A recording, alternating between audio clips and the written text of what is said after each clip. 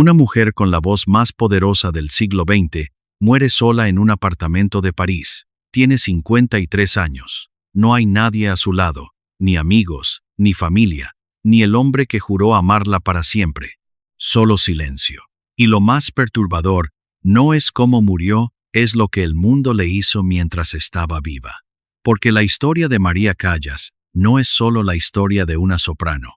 Es la historia de una mujer a la que le arrancaron todo su voz, su amor, su identidad, y que nunca, jamás, logró recuperarlo. Y lo que nadie te ha contado es que ella sabía exactamente lo que le estaba pasando. Lo veía venir, y no pudo hacer nada para detenerlo. Estamos en 1958, Teatro de la Ópera de Roma. La sala más prestigiosa de Italia está repleta.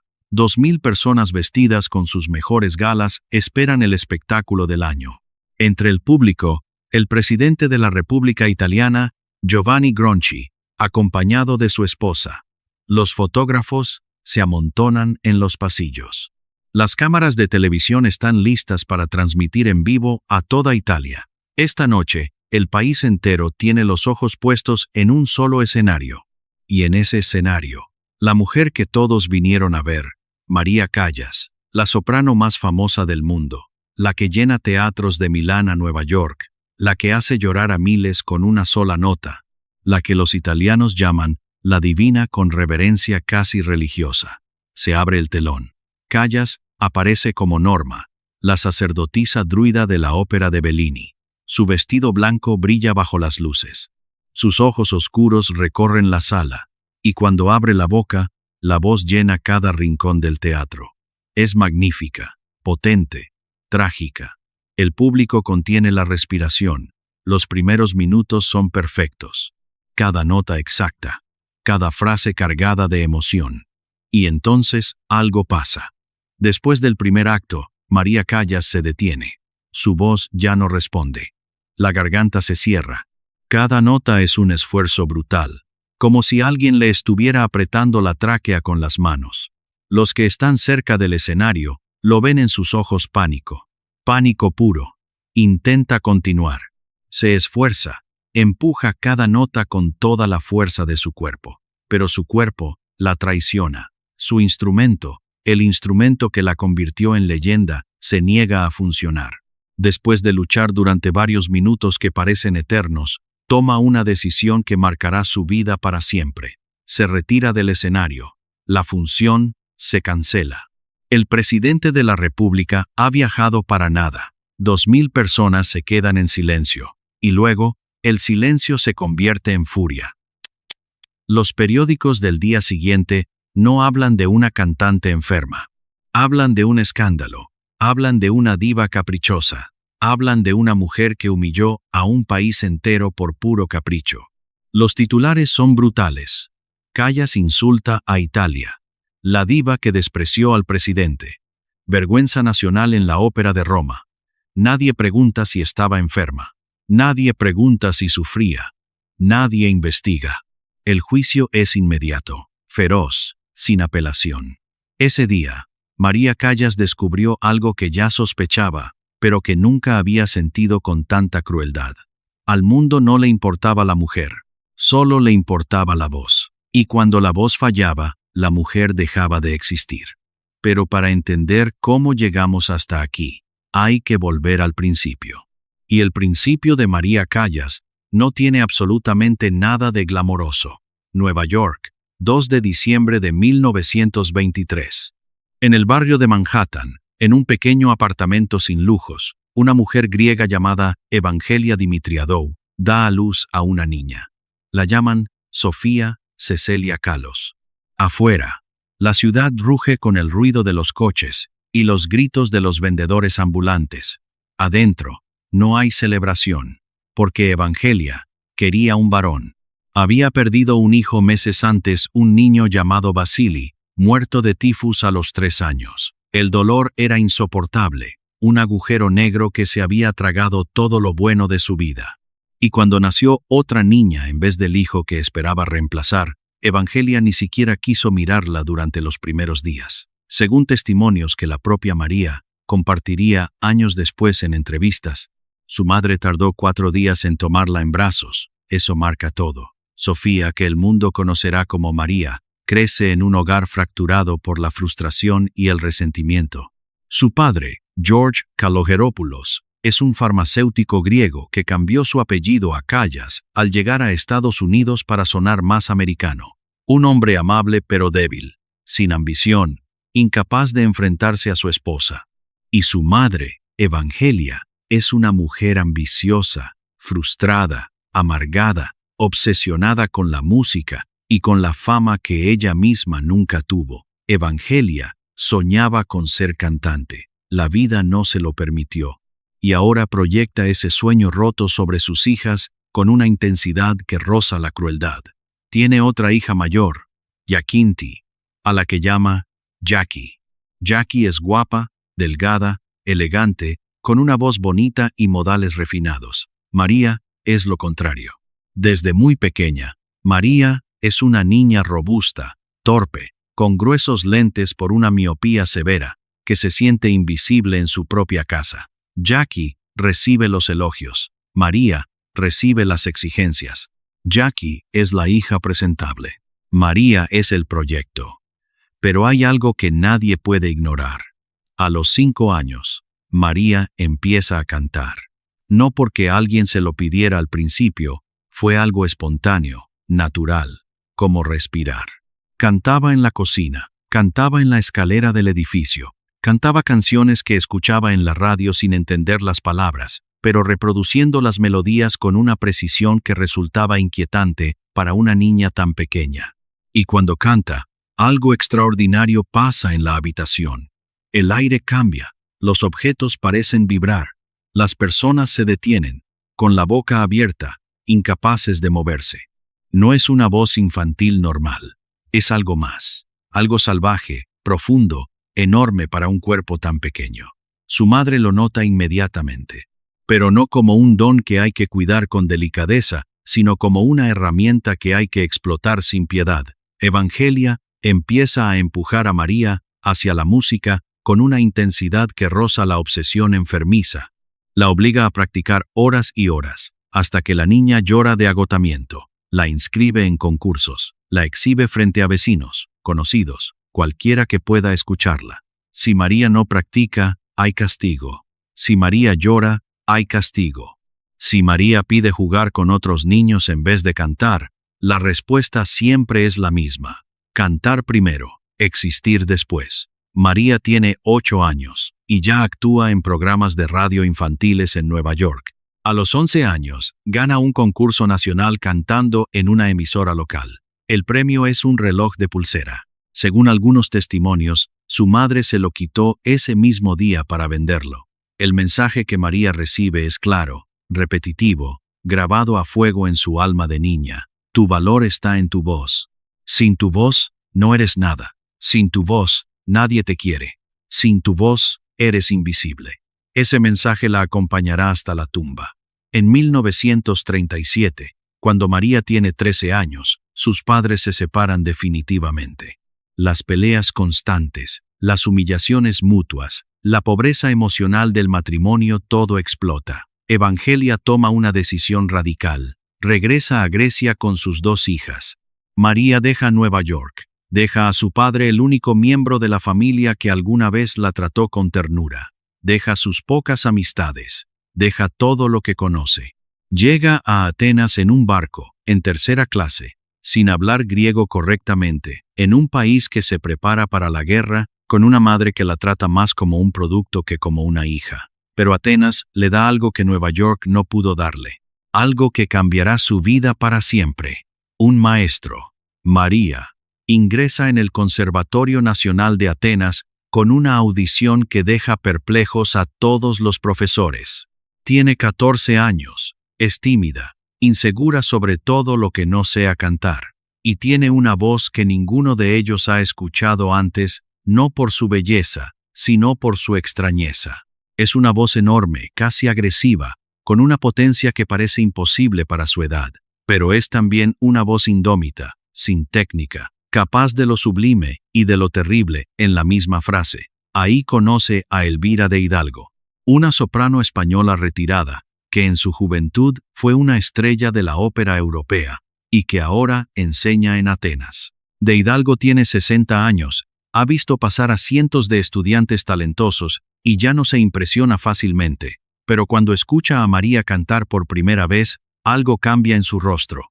Años después, en una entrevista, lo describiría así: no era solo una voz, era un terremoto dentro de un cuerpo de niña. Supe inmediatamente que estaba frente a algo que no vería nunca más en mi vida. De Hidalgo ve lo que nadie más ve, no solo una voz extraordinaria, sino una actriz nata, una criatura que siente la música en cada célula de su cuerpo, que cuando canta la tristeza, está triste de verdad, que cuando canta la rabia, arde de verdad, que no interpreta, vive. De Hidalgo la entrena con una disciplina feroz pero amorosa. Horas y horas de vocalizaciones, técnica pura, control de la respiración, dominio de los registros. La soprano española le enseña algo crucial: la diferencia entre tener una gran voz y saber usarla.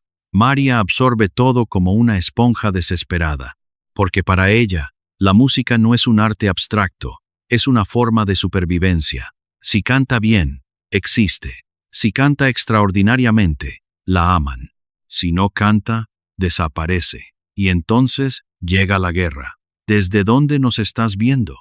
Cuéntanos en los comentarios, nos encanta saber desde qué país nos siguen. Grecia es invadida en octubre de 1940 primero por Italia, cuyo ejército cruza la frontera desde Albania y luego por Alemania en abril de 1941. Atenas cae bajo la ocupación nazi. La vida cotidiana se derrumba. La hambruna se extiende por la ciudad como una plaga silenciosa. Miles de personas mueren en las calles. Los cuerpos se apilan en las esquinas. El pan desaparece de las panaderías. Y María, que tiene 17 años, hace lo único que sabe hacer: cantar para sobrevivir. Literalmente. Actúa en la Ópera Nacional de Atenas durante la ocupación, en funciones que siguen organizándose bajo el control de las fuerzas italianas. Los oficiales italianos, muchos de ellos amantes de la ópera, asisten a las funciones con sus uniformes militares. Según algunos testimonios, María cantaba a cambio de comida para su familia, un poco de harina, aceite, algo de carne.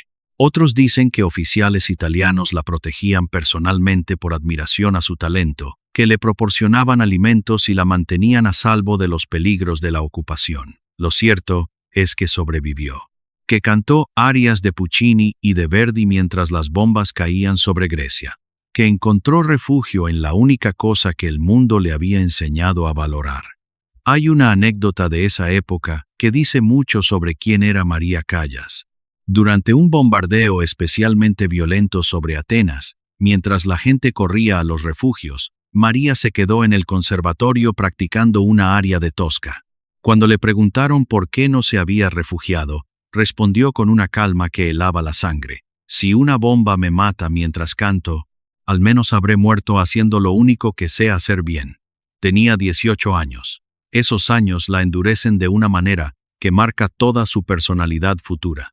La convierten en alguien que sabe que el mundo no regala nada, que el talento solo no basta, que hay que pelear por cada nota, por cada oportunidad, por cada gramo de reconocimiento, que la vulnerabilidad es un lujo que no puede permitirse. Cuando la guerra termina en 1945, María tiene 21 años, y una certeza absoluta tallada en piedra: tiene que volver a Estados Unidos. Tiene que conquistar el mundo. El regreso es brutal. Llega a Nueva York en septiembre de 1945 con una maleta pequeña, unos pocos dólares, y una ambición que asusta a todo el que la conoce.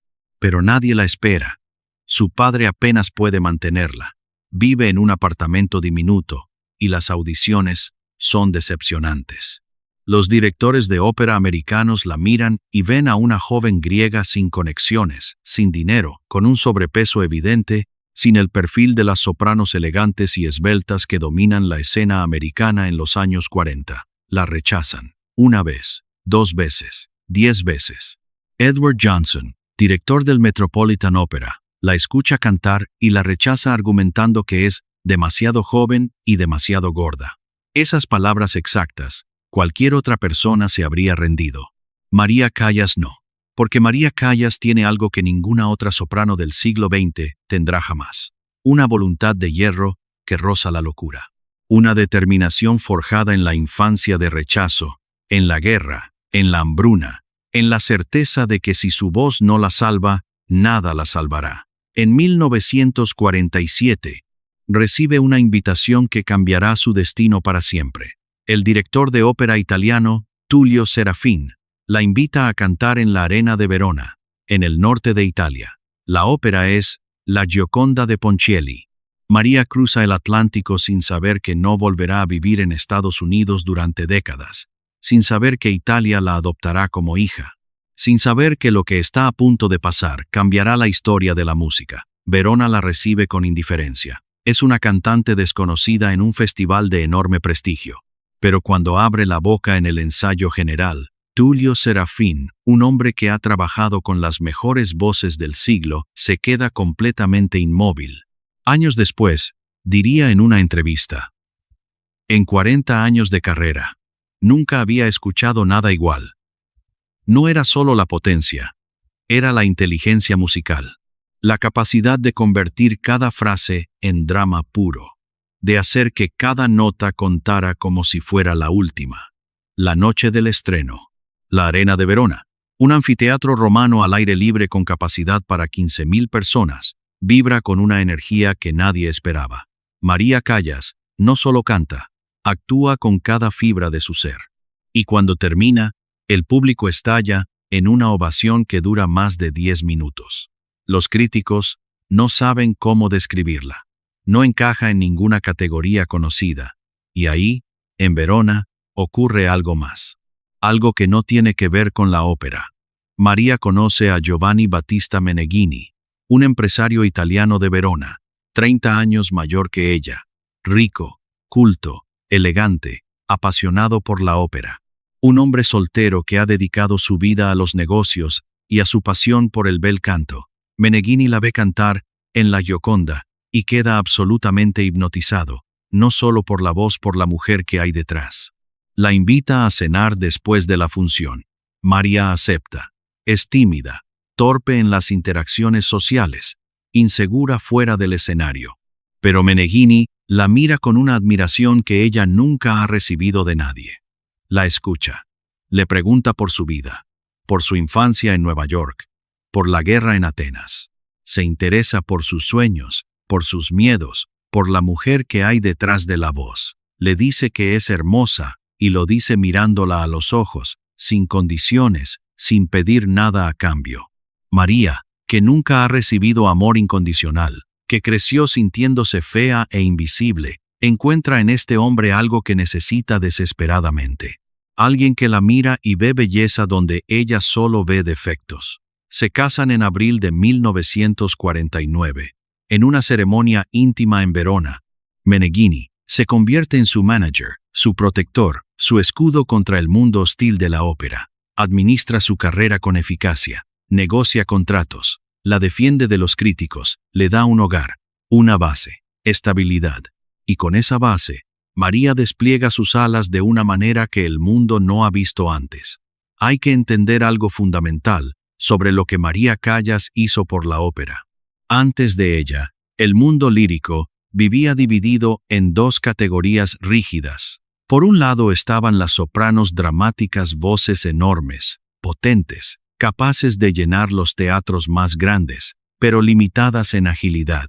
Por otro, las sopranos ligeras, voces ágiles, virtuosas, capaces de las coloraturas más complejas, pero sin la potencia para los roles dramáticos pesados. Nadie hacía las dos cosas. Era un dogma que llevaba un siglo sin cuestionarse. María Callas destruyó ese dogma. Podía cantar Norma, un rol que exige potencia dramática brutal, y al mes siguiente, cantar Lucia di Lammermoor, un rol que exige una coloratura vertiginosa con notas de cristal. Podía interpretar a la salvaje Medea de Cherubini y 2 semanas después encarnar a la frágil y tuberculosa Violetta de la Traviata. Ninguna soprano antes de ella lo había logrado. Ninguna después de ella lo ha igualado. Pero no era solo la versatilidad vocal, era lo que hacía en escena. Antes de Callas, los cantantes de ópera se plantaban frente al público y cantaban. La actuación era secundaria. Un gesto aquí, un movimiento allá, poco más. Callas convirtió cada ópera en teatro total. Cuando moría como Tosca, lanzándose desde las murallas del Castel Sant'Angelo, el público gritaba de horror. Cuando enloquecía como Lucía, con el camisón manchado de sangre y los ojos perdidos, las personas en las primeras filas sentían un escalofrío real recorrerles la espalda. Cuando suplicaba como Violeta en su lecho de muerte, las lágrimas en la sala eran auténticas. Luchino Visconti, el legendario director de cine que aceptó dirigir ópera exclusivamente por trabajar con ella, diría años después: con cualquier otra cantante, yo dirigía una ópera. Con María, dirigía una película. Ella era actriz antes que cantante, o mejor dicho, eran las dos cosas fundidas en una sola criatura. Lo que ocurre entre 1949 y 1957 no tiene precedente en la historia de la ópera, y probablemente no se repetirá jamás. María Callas se convierte en la Callas, no una soprano más entre las grandes, un fenómeno absoluto que redefine lo que significa cantar ópera. Canta Norma, Tosca, Violeta, Lucía di Lammermoor, Medea, Aida, Lady Macbeth. Cada papel lo transforma en algo que nadie ha visto antes. Donde otras sopranos cantan notas perfectas con precisión de metrónomo, ella canta emociones devastadoras que dejan al público sin aire. Donde otras actúan con gestos medidos y elegantes, ella se lanza al escenario como si su vida dependiera de ello, porque para ella sí depende. La Scala de Milán se convierte en su templo. Antonio Ghiringhelli, el superintendente del teatro, la convierte en la estrella absoluta de la temporada. El director de cine, Luchino Visconti, monta producciones enteras alrededor de ella: La Traviata, La Sonnambula, Anna Bolena, con escenografías cinematográficas que revolucionan la puesta en escena operística. La crítica italiana la corona como La Divina, un título que suena a homenaje, pero que se convertirá en su cárcel. Porque cuando te llaman divina, ya no te permiten ser humana. Los números son impresionantes.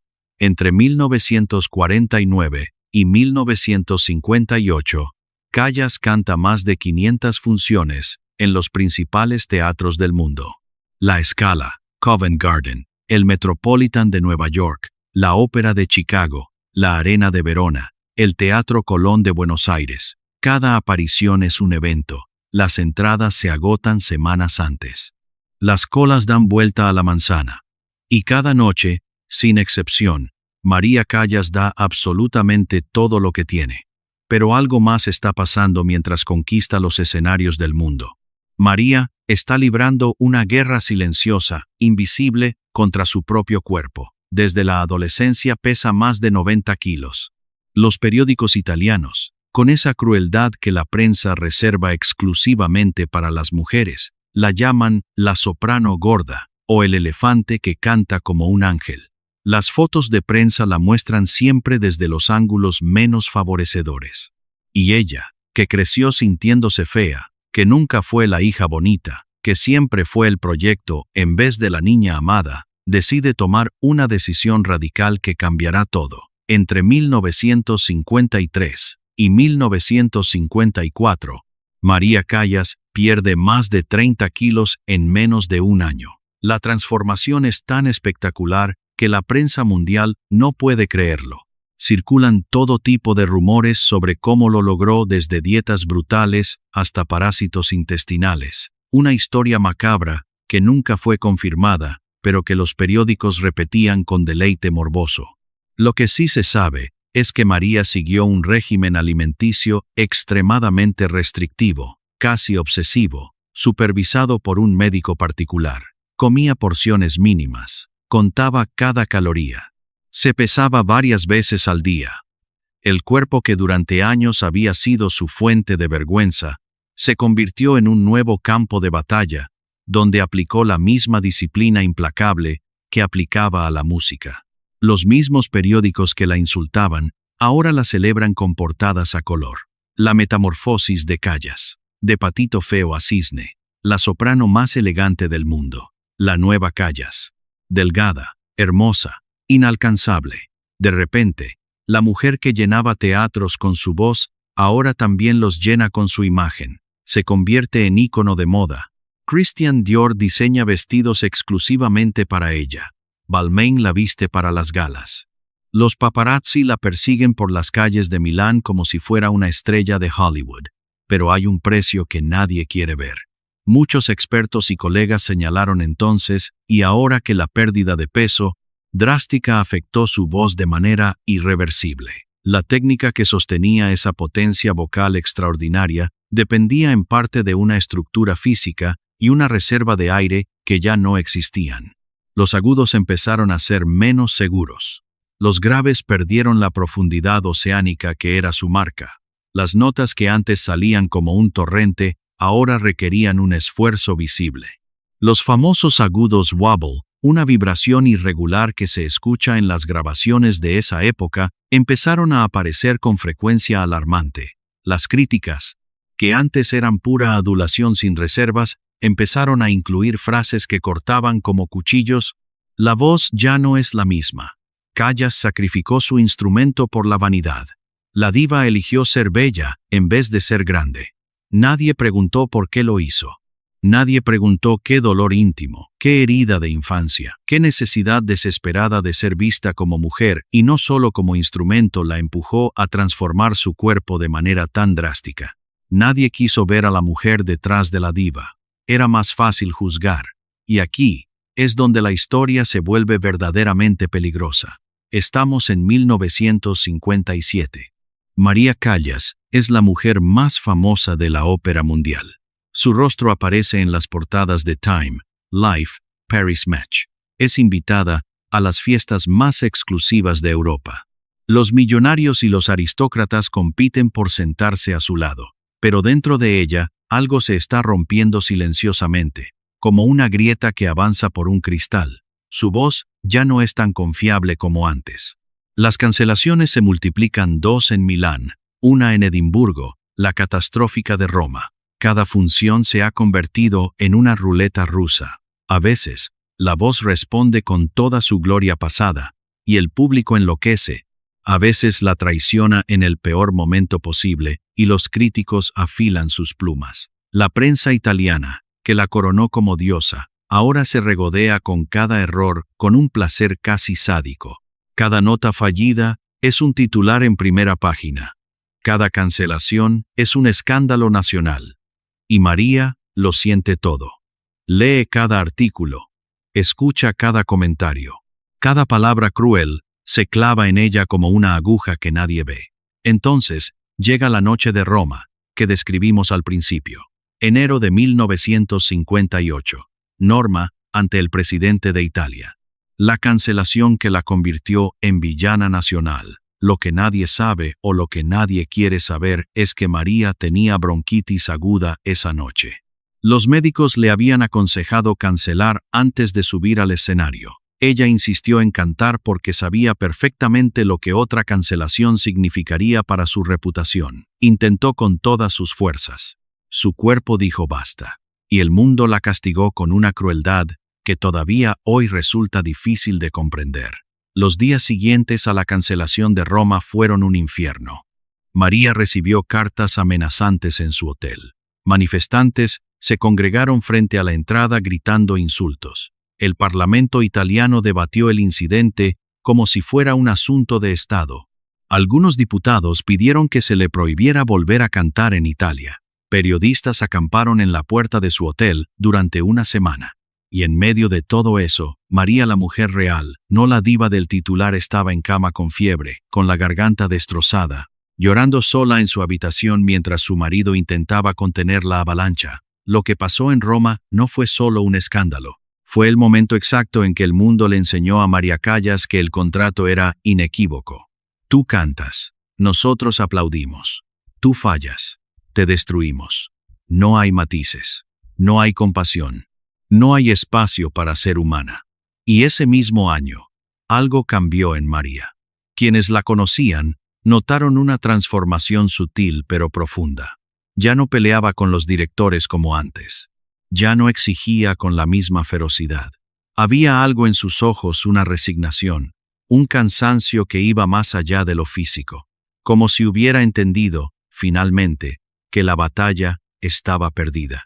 No contra el público, no contra la prensa, contra su propio cuerpo, contra el tiempo, contra la biología implacable que estaba erosionando, nota a nota, el instrumento que era su razón de existir. Pero lo peor no ha llegado todavía, porque en medio de toda esta tormenta profesional, en medio del derrumbe lento de su voz y de su reputación, aparece un hombre que prometió salvarla de todo.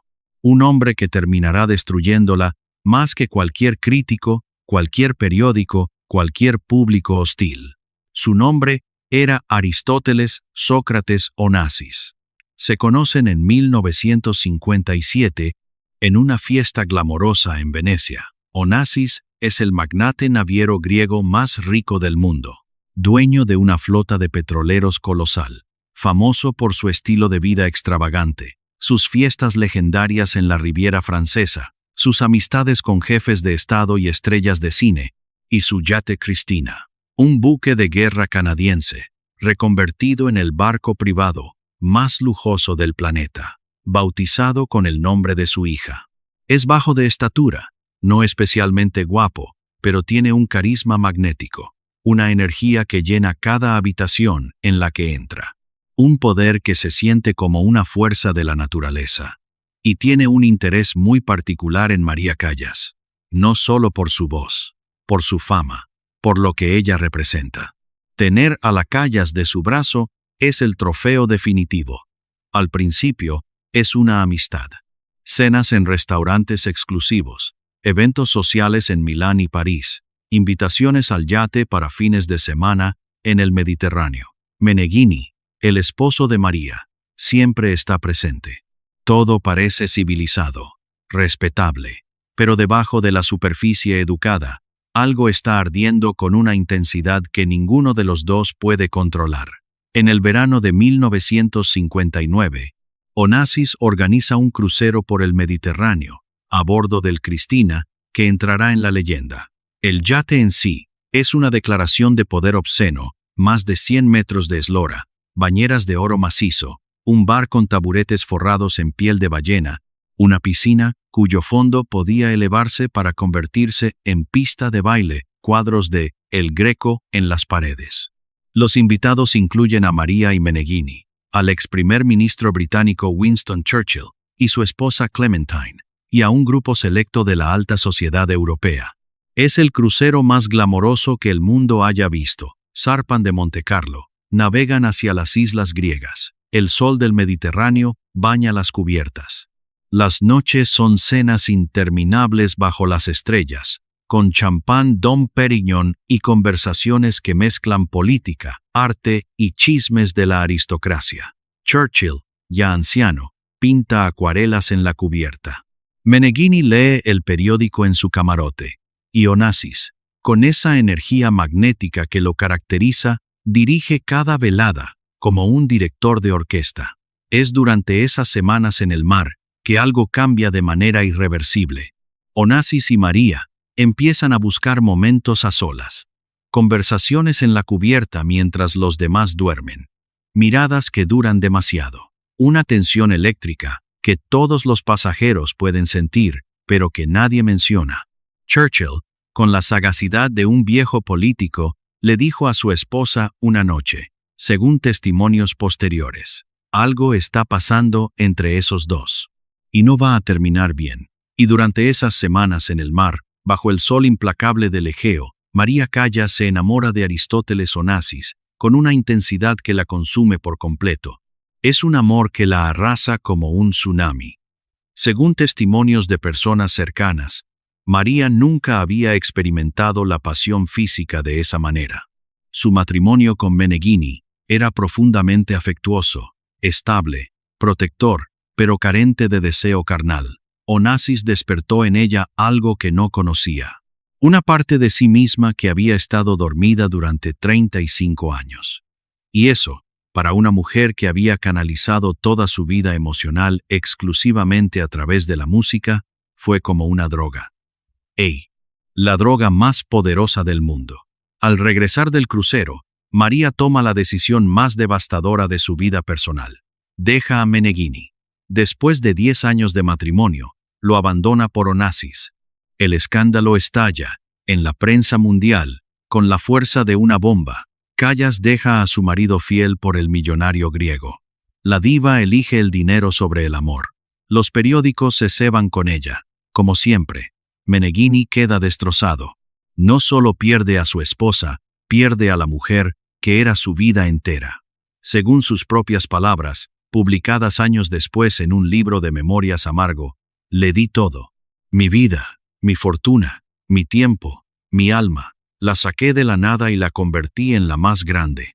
Y ella lo tiró todo, absolutamente todo, por un hombre que nunca la amó de verdad. Y ahí está la tragedia, porque Meneghini tenía razón. Onassis nunca amó a María como ella lo amó a él. Para Onassis, María era un trofeo magnífico, la mujer más famosa del mundo en su brazo en las fiestas, en las portadas, en las cenas con reyes y presidentes. La exhibía con orgullo de coleccionista, pero no la protegía como Meneghini la protegía.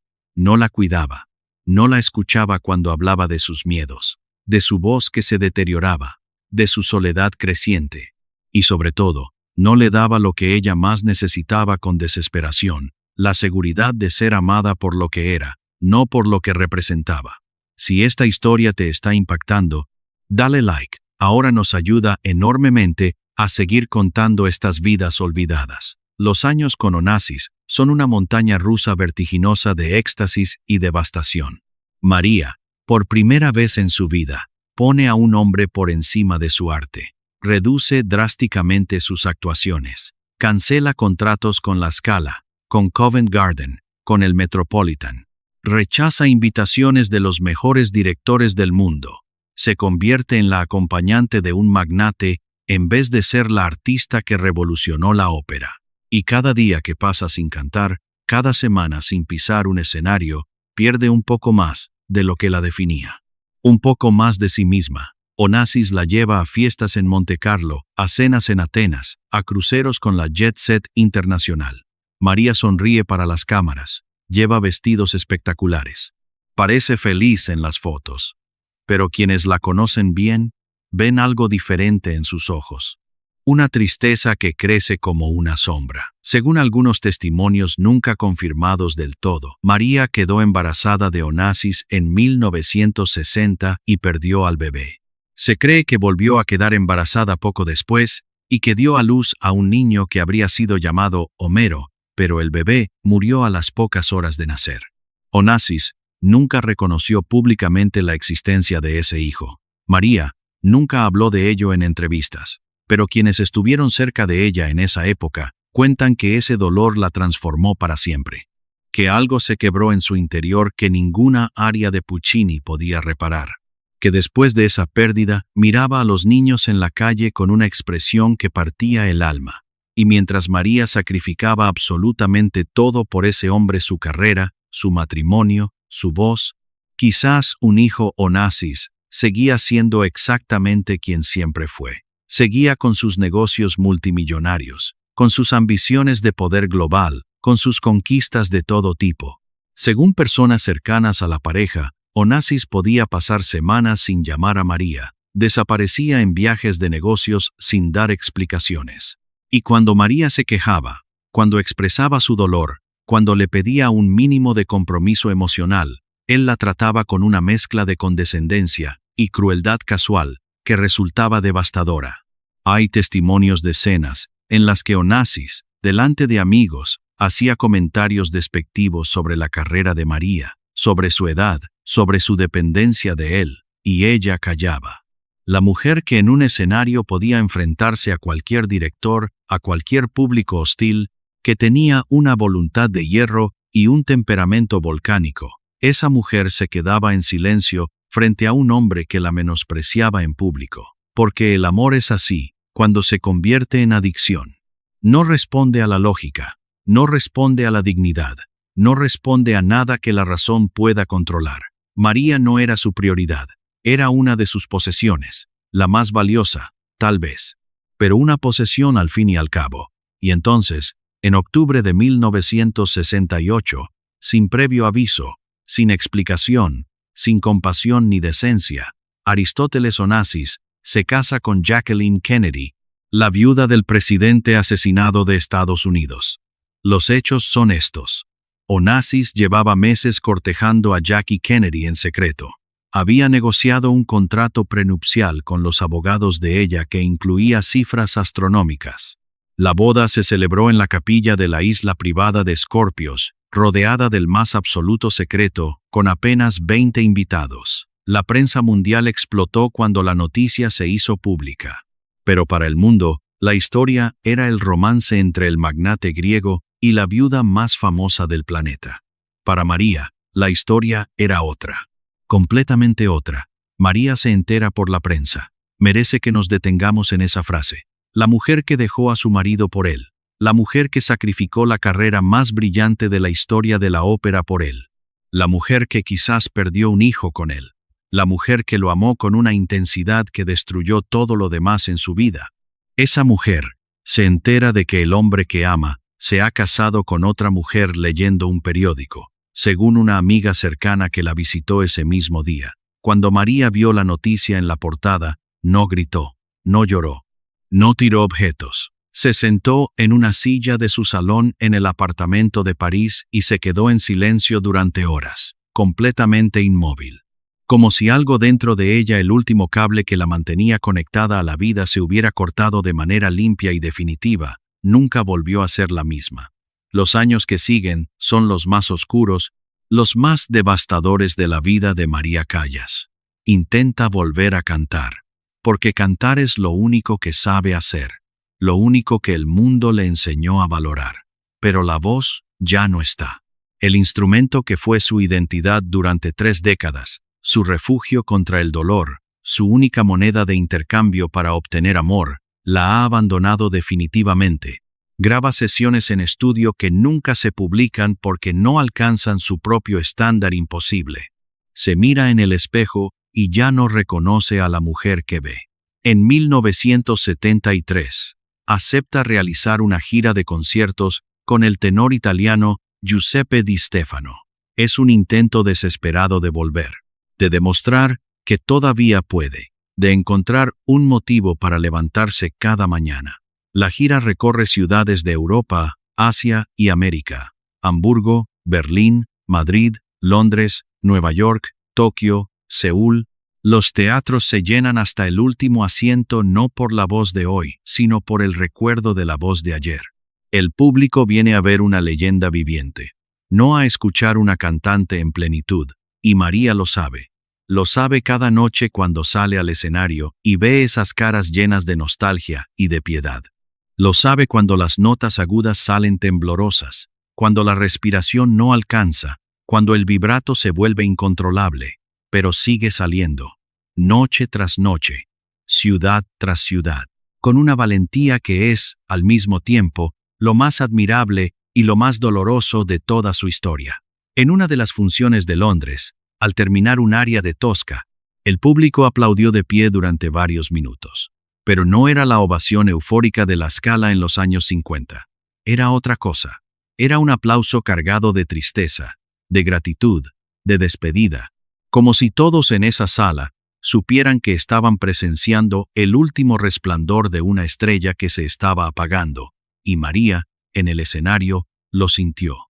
Según Di Stefano, cuando volvió al camerino esa noche, se miró en el espejo y dijo en voz baja: «Se acabó, Giuseppe. Se acabó de verdad. Las críticas profesionales son demoledoras. El fantasma de Callas. Una sombra dolorosa de lo que fue. El adiós más cruel de la historia de la ópera». Cada reseña es un acto de crueldad disfrazada de análisis técnico. Cada función es un acto simultáneo de valentía y de humillación. María lo sabe. Siente cada nota que falla como una puñalada. Pero sigue. Porque parar significaría admitir que todo se acabó. Y ella no está lista para eso. La gira termina en 1974. María no volverá a cantar nunca más. El silencio que sigue es aterrador. Después de más de 30 años de vivir por y para la música, después de una existencia entera construida alrededor de su voz, María Callas se encuentra, a los 50 años, sin nada, sin carrera, sin pareja, sin hijos, sin amigos cercanos porque la vida nómada de la ópera y los años con Onassis la fueron alejando de todas las personas que alguna vez la quisieron de verdad.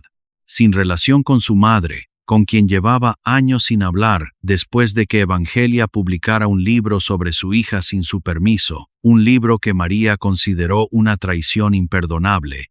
Sin relación con su hermana Jackie, que también escribió sus propias memorias vendiendo los secretos familiares al mejor postor. Sin relación con nadie, en realidad. Hay un detalle que los biógrafos mencionan y que dice más que 1000 páginas de análisis.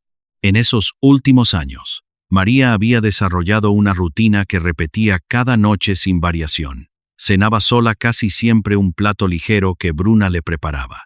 Luego, se sentaba en su sillón preferido del salón. Encendía la televisión, le quitaba el sonido y ponía un disco. Siempre uno de sus discos.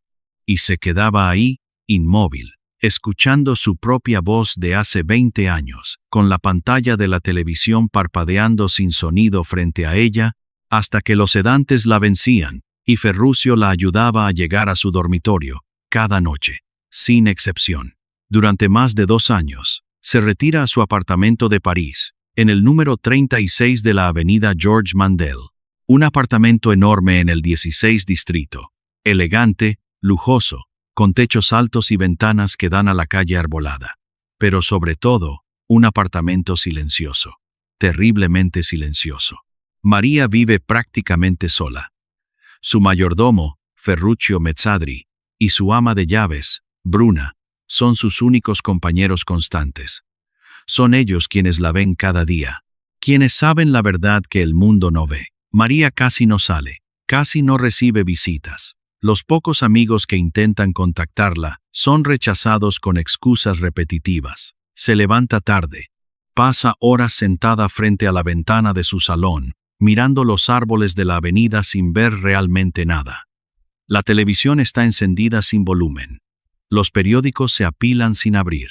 Toma sedantes para dormir Mandrax, un medicamento que en esos años se recetaba con facilidad, pero cuyos efectos secundarios incluían dependencia severa y deterioro cognitivo. Casi no come.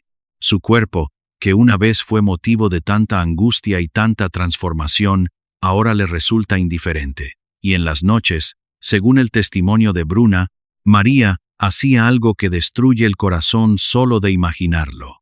Ponía sus propias grabaciones en el tocadiscos. Las grabaciones de los años de gloria. La Norma de 1954. La Tosca de 1953. La Traviata de 1955. Y escuchaba esa voz, su propia voz de otro tiempo, como si escuchara a otra persona.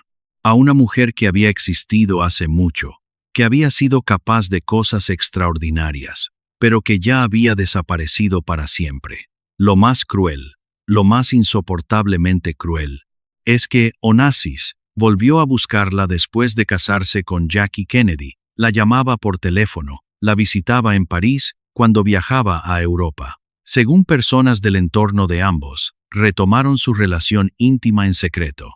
María, a pesar de la traición, a pesar de la humillación pública, a pesar de todo el dolor acumulado, no podía decirle que no.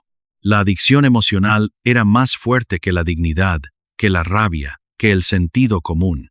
Y en marzo de 1975, Aristóteles Onassis muere en un hospital de París, víctima de una miastenia gravis que deterioró su cuerpo durante meses. María recibe la noticia en su apartamento.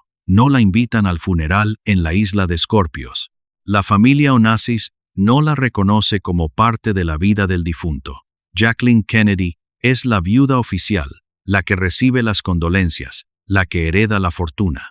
María Callas, la mujer que amó a Aristóteles Onassis durante 18 años, la que abandonó todo por él, no tiene derecho ni siquiera a despedirse. Pero lo peor no ha llegado todavía, porque con la muerte de Onassis, María pierde la última ilusión que la mantenía, aunque fuera apenas, atada a la vida. Durante todos esos años de soledad en París, en algún rincón de su mente, mantenía la esperanza absurda pero necesaria de que Ari volvería definitivamente, que dejaría a Jackie, que la elegiría, que al final, después de todo el sufrimiento, el amor ganaría. Esa esperanza, por pequeña e irracional que fuera, era oxígeno.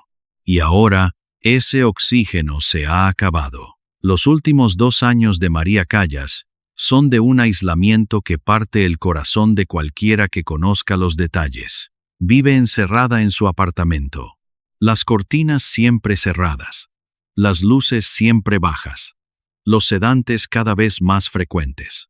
Su voz al teléfono, según quienes lograban hablar con ella, era un susurro apagado, sin energía, sin vida. La mañana del 16 de septiembre de 1977, Ferruccio Mezzadri entra en el dormitorio de María como cada día, a las 9 de la mañana, con una bandeja de café. La encuentra en su cama, acostada de lado, con las manos juntas bajo la mejilla. Parece dormida, pero no respira. María Callas ha muerto durante la noche. La causa oficial que se determinó fue un paro cardíaco. Tenía 53 años. La noticia recorrió el mundo en cuestión de horas. Los teatros de ópera de todo el planeta suspendieron funciones en su honor. La Scala de Milán apagó sus luces. El gobierno griego declaró día de luto nacional. Los periódicos que la habían crucificado durante años publicaron ediciones especiales llenas de elogios póstumos. Muere la divina. El mundo pierde la voz más grande del siglo. Adiós a María Callas. Genio, pasión, tragedia. La hipocresía era tan espesa que se podía cortar con un cuchillo. Las mismas plumas que la habían destruido en vida ahora lloraban su muerte con tinta perfumada. Su funeral se celebró en la Iglesia Ortodoxa Griega de París. Asistieron cientos de personas, cantantes, directores, políticos, figuras de la sociedad que querían ser vistos. Pero las personas que realmente la conocieron, las que la amaron de verdad, se podían contar con los dedos de una mano. No hay nota de despedida. No hay testamento claro, lo que provocará años de disputas legales entre su familia. No hay última llamada. No hay despedida. Las circunstancias exactas de su muerte nunca fueron del todo aclaradas y siguen siendo motivo de debate. Algunos de sus amigos más cercanos siempre albergaron sospechas. Nunca se confirmó nada oficialmente, pero las preguntas persisten. ¿Qué cantidad de sedantes había en su cuerpo esa noche? ¿Por qué no se realizó una autopsia completa e independiente? ¿Por qué su cuerpo fue cremado con tanta rapidez antes de que muchos de sus allegados pudieran siquiera llegar a París? Y luego ocurrió algo que parece sacado de una novela negra. Sus cenizas, depositadas en el cementerio de Père Lachaise, fueron robadas. Alguien se llevó la urna del columbario. Fue recuperada tiempo después, pero las cenizas nunca pudieron ser autenticadas con absoluta certeza. Finalmente, en 1979, fueron esparcidas en el mar Egeo, frente a las costas de Grecia. El mismo mar donde navegó con Onassis en el Cristina. El mar del país donde una niña de 13 años llegó sin hablar el idioma y se convirtió en la voz más extraordinaria de su generación. Y aquí hay algo que muy pocas personas saben. Después de su muerte, se encontraron en su apartamento de París cientos de cartas que María escribió durante años y que nunca envió. Cartas dirigidas a Aristóteles Onassis, escritas durante las noches interminables de soledad en la avenida Georges Mandel. Cartas escritas después de la boda con Jackie, después de las visitas secretas, después de la muerte de Ari, incluso después, como si siguiera hablándole más allá de la tumba. Según testimonios de quienes tuvieron acceso a esas cartas antes de que fueran selladas, María no hablaba de ópera en ellas, no hablaba de fama, no hablaba de escenarios ni de ovaciones ni de la Scala. Hablaba de una sola cosa, con una obsesión que desgarra: el deseo desesperado de ser amada, no como la Callas, no como la divina, como María, solo como María, como la niña que su madre no quiso mirar, como la mujer que ningún hombre supo amar por completo. Hoy, casi 50 años después de su muerte, María Callas es más grande que nunca. Sus grabaciones son las más vendidas de la historia de la ópera. Su interpretación de Casta Diva en Norma es considerada por muchos expertos como la interpretación vocal más perfecta jamás grabada por un ser humano. Su Tosca con Víctor de Sabata de 1953 sigue siendo la referencia absoluta contra la que se miden todas las demás. Su Violetta en la Traviata redefinió para siempre lo que significaba actuar con la voz. Su influencia va mucho más allá de la ópera. Artistas de todos los géneros la citan como inspiración. Adele dijo en una entrevista que escuchar a Callas le enseñó que cantar no es emitir notas bonitas, es contar la verdad con la voz. Amy Winehouse, según personas de su entorno, escuchaba grabaciones de Callas con frecuencia. En el mundo de la moda, diseñadores como Tom Ford, Dolce y Gabbana y Valentino la siguen citando como musa décadas después de su muerte. En el cine, directores como Zeffirelli, Pasolini y ahora Larraín la convirtieron en personaje cinematográfico. Es una de esas figuras raras que trascienden su disciplina y se convierten en arquetipo universal, el arquetipo del genio consumido por su propio fuego. En Grecia, es un ícono nacional. En Italia, sigue siendo la divina. En los teatros de ópera de todo el mundo, su fotografía cuelga en los camerinos como un recordatorio silencioso de lo que es posible alcanzar y de lo que se puede perder. Lo que ninguna otra soprano ha podido replicar ni antes ni después no es la técnica. Cualquier soprano bien entrenada puede alcanzar las notas que Callas alcanzaba. Lo irrepetible es lo que ella metía dentro de esas notas. El dolor real, la soledad real, el cangor de esa, los ceros sustentados de Elosa, la necesidad desesperada de amor real. Cuando Callas cantaba la muerte de Violetta en la Traviata, no estaba actuando. Estaba reviviendo cada abandono de su vida. Y el público lo sentía en los huesos. Por eso lloraban. No por la belleza de la música, por la verdad insoportable de la emoción. Luciano Pavarotti dijo una vez que cuando escuchaba las grabaciones de Callas, entendía que la ópera no era sobre la perfección vocal, era sobre el alma humana puesta al desnudo. Franco Zeffirelli, que dirigió muchas de sus producciones más memorables en la Scala, la llamó la última mujer del Renacimiento, alguien capaz de ser artista completa, no solo cantante. Y Leonard Bernstein, que trabajó con ella en varias ocasiones, afirmó sin dudar que era la artista más completa que he conocido en mi vida y probablemente la más completa que conoceré jamás. En 2023, la película María, dirigida por el cineasta chileno Pablo Larraín y protagonizada por Angelina Jolie, volvió a poner a Callas en el centro de la conversación global. La película no se centró en los años de gloria, se centró en los últimos días en París, en la soledad del apartamento, en las llamadas que nadie contestaba, en el tocadiscos, reproduciendo la voz de una mujer que ya no existía. Y millones de personas, que nunca habían escuchado una ópera en su vida, descubrieron a una mujer que amó demasiado, que dio demasiado, y que recibió tan poco a cambio, que resulta difícil de procesar.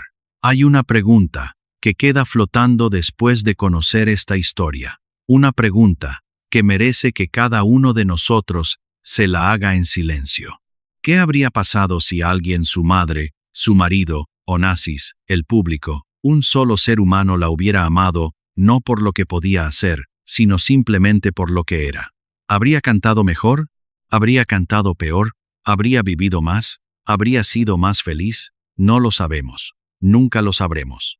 La vida no ofrece versiones alternativas. Lo que sí sabemos es esto. María Callas le dio al mundo algo que el mundo probablemente no merecía. Una voz capaz de expresar todo el dolor, toda la belleza, toda la esperanza y toda la desesperación de la experiencia humana. Le dio su talento, su salud, su juventud, su capacidad de amar. Y el mundo tomó ese regalo con las dos manos, aplaudió de pie, pidió más, y cuando ya no hubo más que dar, apagó las luces y se fue a buscar la siguiente voz. Es una historia que se repite una y otra vez. Con los artistas, con los genios, con todos aquellos que tienen algo extraordinario para ofrecer. El mundo los devora, los consume hasta la última gota, y después los olvida con una facilidad que espanta.